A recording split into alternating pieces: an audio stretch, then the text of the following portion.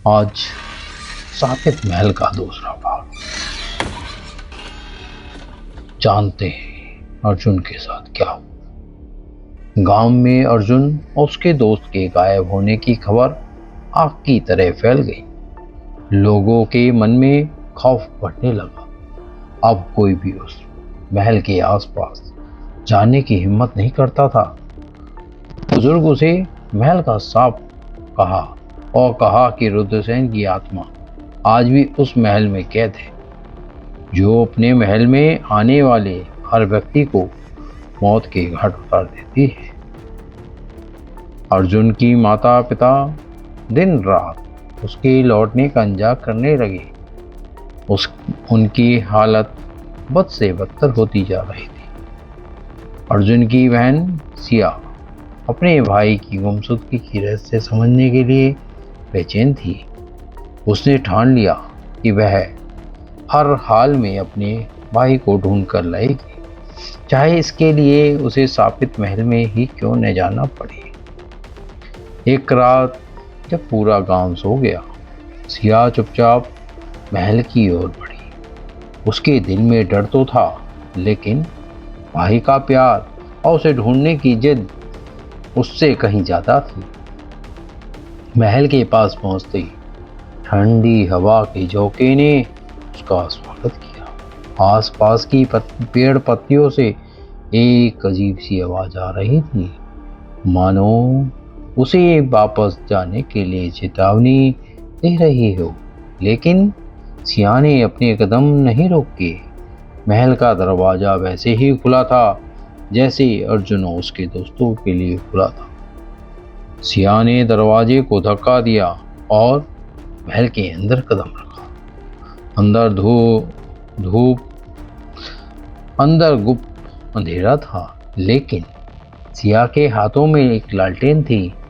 जैसे ही उसने लालटेन जलाई, उसे वहां खून के धब्बे और दीवारों पर उकेरी हुई भयानक आकृतियां दिखाई देने लगी। अचानक उसे अपने चारों धीमी धीमी फुसफुसाहट सुनाई देने लगी। वे आवाजें धीरे धीरे स्पष्ट होती गईं, जैसे किसी अदृश्य शक्ति ने उसे घेर लिया हो। अचानक सिया को महसूस हुआ कि कोई उसके ठीक पीछे खड़ा है। उसने जल्दी से मुड़कर देखा, लेकिन वहां कोई नहीं था। तभी उसे एक अजीब सी परछाई दिखाई दी, जो धीरे धीरे एक इंसानी शक्ल में बदल रही थी। सिया ने ध्यान से देखा तो पाया कि वह आकृति अर्जुन जैसी थी। सिया की आंखों में आंसू आ गए।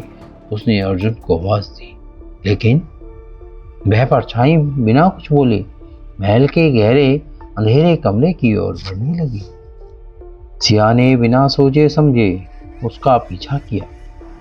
वह कमरा महल के सबसे गहरे हिस्से में था, जहां आज तक कोई नहीं पहुंचा था। कमरे का दरवाजा बड़ा और भारी था, जिस पर खून के कुछ मंत्र लिखे थे। दरवाजे के पास पहुंचते ही सिया की लालटेन बुझ गई। चारों ओर अंधेरा छा गया। तभी एक ठंडी और खौफनाक आवाज सुनाई दी, तुम्हारा भी वही अंजाम होगा जो तुम्हारे भाई का हुआ है। सिया ने उस आवाज की परवाह नहीं करते हुए दरवाजे को खोला।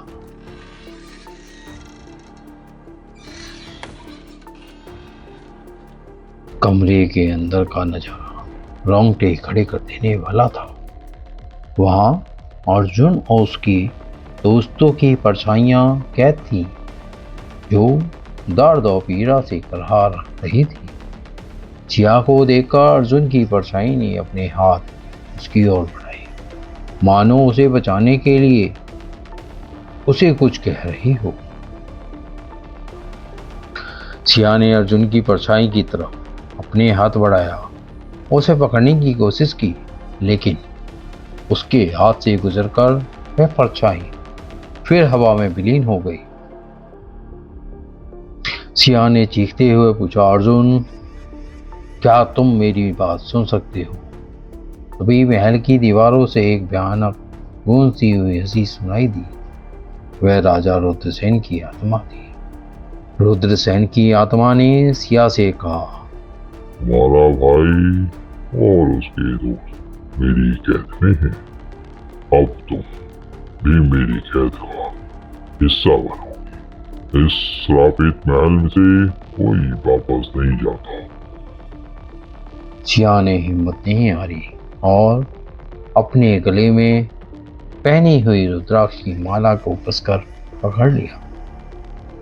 उसे अपने गुरु द्वारा दिया गया एक विशेष मंत्र याद आया, जो उसने संकट की घड़ी में इस्तेमाल करने के लिए कहा था।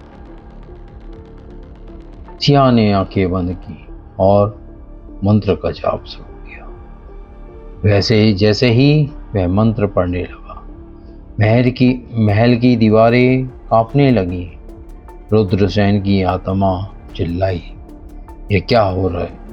यह क्या कर रही हो? पर सिया ने मंत्र का जाप तेज कर दिया। देखते ही देखते महल में एक तेज रोशनी छा गई। रुद्रसेन की आत्मा तड़पते हुए कहने लगी, नहीं, यह संभव नहीं है।